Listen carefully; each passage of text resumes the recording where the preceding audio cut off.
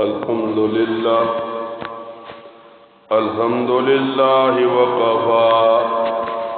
وسلام على عباده الذين اصطفى خصوصا على سيد الرسل وخاتم الأنبياء أما بعد فأعوذ بالله من الشيطان الرجيم بسم الله الرحمن الرحيم قال الله تبارك وتعالى النبي أولى بالمؤمنين من أنفسهم صدق الله مولانا العظيم إن الله وملائكته يصلون على النبي يا أيها الذين آمنوا صلوا عليه وسلموا تسليما اللهم صل على محمد وعلى آل محمد كما صليت على إبراهيم وعلى آل إبراهيم إنك حميد مجيد اللهم بارك على محمد وعلى آل محمد كما باركت على إبراهيم وعلى آل إبراهيم إنك حميد مجيد۔ قرآن کریم کی ایک آیت مبارکہ کا ایک حصہ تلاوت کیا۔ اللہ رب العزت ارشاد فرماتے ہیں النبی اولا بالمؤمنین من انفسہم کہ نبی کریم صلی اللہ علیہ وسلم ایمان والوں کو اپنی جانوں سے زیادہ محبوب ہے۔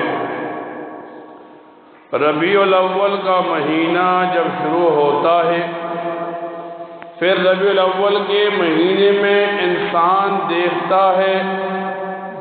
لوگ کس طرح نبی کریم صلی اللہ علیہ وسلم کے ساتھ اپنی محبت کو ظاہر کرتے ہیں۔ علماء نے کتابوں میں یوں لکھا من احب شیئا اکثر ذکرہ، انسان کو جس چیز کے ساتھ محبت ہوتی ہے انسان اس کا تذکرہ بار بار کرتا ہے۔ ایک مسلمان کو اگر نبی کریم صلی اللہ علیہ وسلم کے ساتھ محبت ہے تو پھر مسلمان کی محبت اس بات کو بیان کرے گی کہ وہ نبی علیہ السلام کا تذکرہ بار بار کرے گا۔ بندہ قرآن کریم کو کھولتا ہے، قرآن کریم کے اندر اللہ تعالی نبی علیہ السلام کا نام یا صفاتی نام لے کر قسمیں اٹھاتا ہے، اور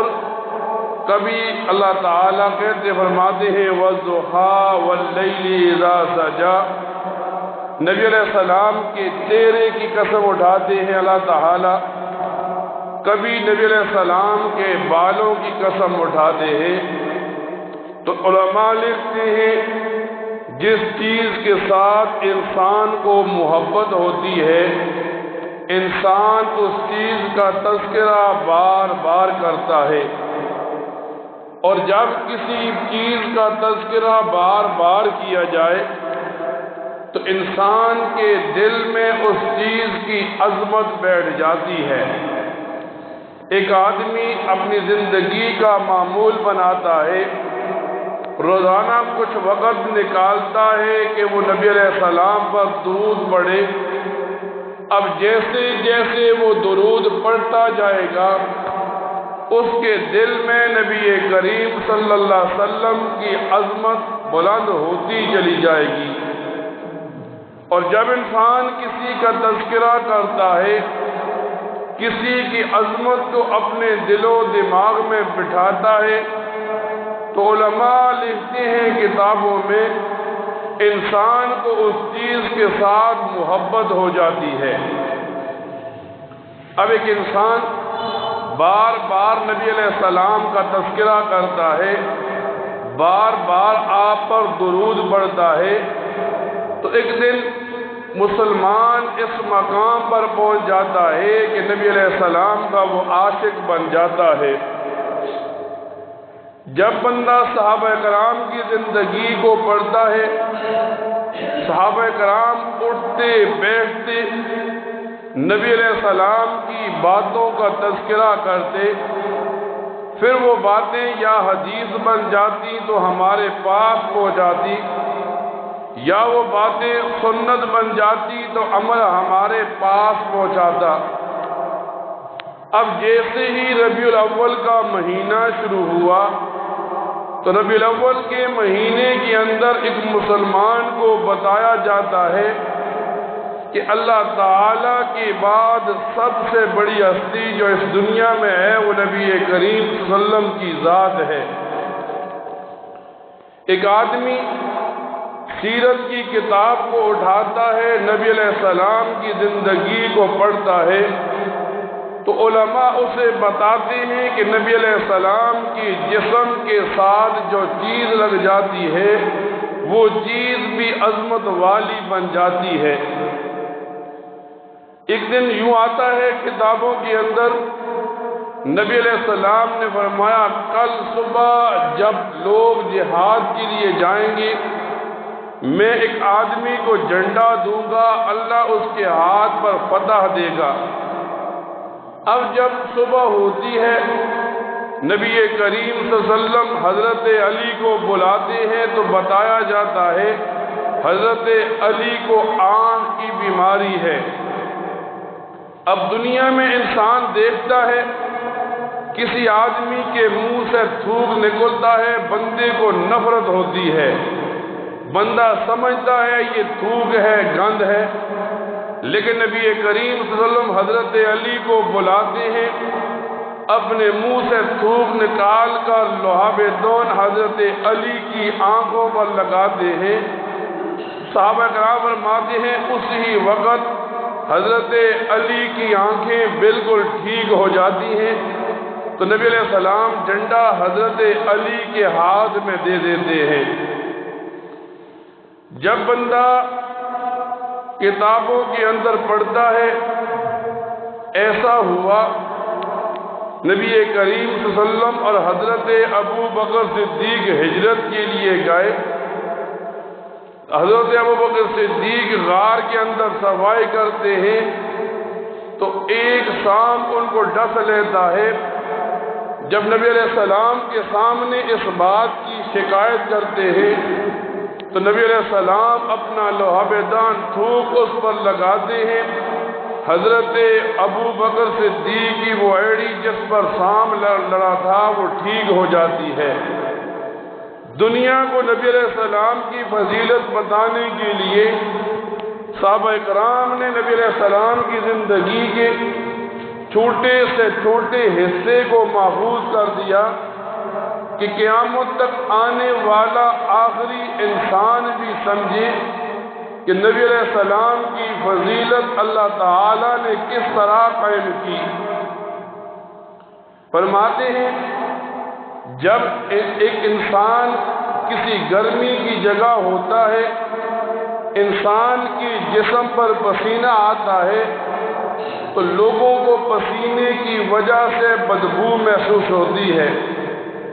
صحابہ کرام فرماتے ہیں چونکہ عرب کا موسم گرم تھا، نبی کریم صلی اللہ علیہ وسلم کسی گلی سے گزر جاتے اور ہمیں نبی کریم صلی اللہ علیہ وسلم کو ڈھونڈنا پڑتا تو ہمیں مشکل نہیں ہوتی تھی، جس گلی سے آپ گزر جاتے تھے اس گلی سے خوشبو آتی رہتی تھی۔ ایک صحابیہ فرماتی ہیں ایک دن ایسا ہوا نبی علیہ السلام سو رہے تھے، آپ کے جسم پر پسینہ تھا، اس پسینے کو میں نے ایک شیشی میں بند کر لیا، پھر جب کہیں کوئی خوشی کا موقع ہوتا اور میں جاتی تو اس پسینے کو عطر میں ملا کر میں لگا لیتی، تو وہاں عورتیں مجھ سے پوچھتی تھیں اتنی عمدہ عطر آپ کہاں سے لائی ہیں؟ یعنی نبی علیہ السلام کے تھوک میں اللہ نے شفا رکھ دی، آپ کے پسینے میں اللہ تعالی نے خوشبو رکھ دی۔ ایک صحابی حضرت عبادہ بن صامت فرماتے ہیں ایک دن ایسا ہوا کہ حضرت انس نے کچھ صحابہ کرام کی دعوت کی، ہم بھی وہاں پر موجود تھے، تو حضرت انس رضی اللہ تعالیٰ عنہ ایک تولیہ لائے جو بہت ہی زیادہ گندا تھا۔ اب حضرت انس نے اس تولیے کو دھویا نہیں، فرماتے ہیں قریب تندور میں آگ جل رہی تھی، تو حضرت انس نے وہ تولیہ اس تندور میں پھینک دیا، پھر اس کو نکالا تو وہ تولیہ بالکل دھلا ہوا اور صاف تھا۔ تو حضرت عبادہ بن صامت فرماتے ہیں میں نے پوچھا اس تولیے کو آگ نے کیوں نہیں جلایا، بلکہ اس تولیے کے اوپر جو گند تھا وہ آگ نے صفا کر دیا؟ تو حضرت انس فرمانے لگے نبی کریم صلی اللہ علیہ وسلم جب بھی کوئی کام کرتے وضو کرتے تو آپ اس تولیے کے ساتھ پانی کو خشک کیا کرتے تھے، اپنے ہاتھ پوچھتے تھے، اپنا چہرہ پوچھتے تھے۔ اس وقت سے آج تک جب بھی میں اسے آگ میں ڈالتا ہوں آگ اس تولیے کو نہیں جلاتی۔ پھر فرماتے ہیں یوں آتا ہے سیرت کی کتابوں میں، ایک دن نبی کریم صلی اللہ علیہ وسلم اپنی بیٹی حضرت فاطمہ کے گھر گئے۔ سیرت لکھنے والے یوں لکھتے ہیں نبی کریم صلی اللہ علیہ وسلم نے دیکھا کہ حضرت فاطمہ روٹیاں پکا رہی ہے اور تندور پر روٹیاں لگا رہی ہے۔ اب سیرت نگار کہتے ہیں نبی علیہ السلام نے آٹا لیا، روٹی بنائی اور تندور پر لگا دی۔ کئی وقت گزر گیا، حضرت فاطمہ کی ساری روٹیاں پک گئیں، لیکن نبی علیہ السلام نے جو روٹی تندور پر لگائی تھی وہ ویسی کی ویسی تھی۔ حضرت فاطمہ نے جب پوچھا تو نبی کریم صلی اللہ علیہ وسلم نے بتایا کہ جس چیز کو میں ہاتھ لگا لیتا ہوں اللہ تعالیٰ دنیا کی آگ بھی اور جہنم کی آگ بھی اس چیز پر حرام کر دیتے ہیں۔ یہاں تک نہیں، سیرت کی کتابوں میں یہاں تک بھی آتا ہے،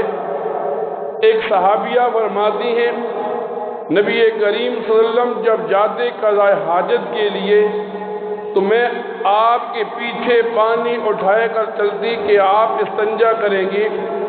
وہ صحابیہ فرماتی ہیں نبی علیہ السلام نے قضاء حاجت کی، میں نے پانی پیش کیا، جب نبی علیہ السلام وہاں سے چلے گئے فرماتی ہیں میں نے دیکھا وہاں پر کوئی گند نہیں تھا، وہاں سے مشک کی خوشبو آ رہی تھی۔ نبی علیہ السلام کی ایک باندھی ہے وہ فرماتی ہیں ایک دن ایسا ہوا نبی علیہ السلام اپنے گھر میں کمرے میں سوئے ہوئے ہیں، ایک برتن پڑا ہوا ہے۔ اب اس برتن میں یوں ہوتا ہے نبی علیہ السلام بیدار ہوتے ہیں، اس برتن میں پیشاب کرتے ہیں۔ وہ صحابیہ فرماتی ہیں رات کو مجھے پیاس لگی، میں نے پانی سمجھ کر وہ پیشاب پی لیا۔ صبح مجھے جب سمجھ آئی تو میں نے نبی علیہ السلام کے سامنے یہ بات کی، تو نبی علیہ السلام نے فرمایا اب تجھے موت تک پیٹ کی بیماری نہیں لگے گی۔ ایک آدمی جب نبی علیہ السلام کے ساتھ محبت کا تقاضا رکھتا ہے تو علماء نے سیرت میں ایسی باتیں لکھ دی کہ انسان کے دل و دماغ میں آپ کی عظمت بھی بیٹھ جاتی ہے، آپ کے ساتھ محبت بھی انسان کو ہو جاتی ہے۔ جب یہ ربیع الاول کا مہینہ شروع ہوتا ہے،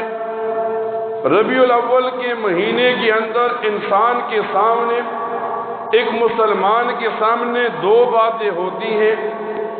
بعض جگہ نبی علیہ السلام کی سیرت ہوتی ہے، بعض جگہ نبی علیہ السلام کا میلاد ہوتا ہے۔ سیرت کہتی ہے نبی علیہ السلام نے زندگی کیسے گزاری، صحابہ کرام کو تعلیم کیسے دی، ان باتوں کو اپنی امت پر پہنچانے کے لیے صحابہ کرام کو کیا بتایا۔ میلاد کی باری آتی ہے تو یہ بتایا جاتا ہے کہ عبداللہ کے گھر میں ایک یتیم بچہ پیدا ہوا، حضرت آمنہ کے پیٹ سے ایک یتیم بچہ پیدا ہوا، تو مسلمان کو سیرت مقدم کر لیتا ہے جو عاشق رسول ہوتا ہے، اور جو بدعتی ہوتا ہے، سنت کو چھوڑنے والا ہوتا ہے، وہ میلاد کے راستے پر چل پڑتا ہے۔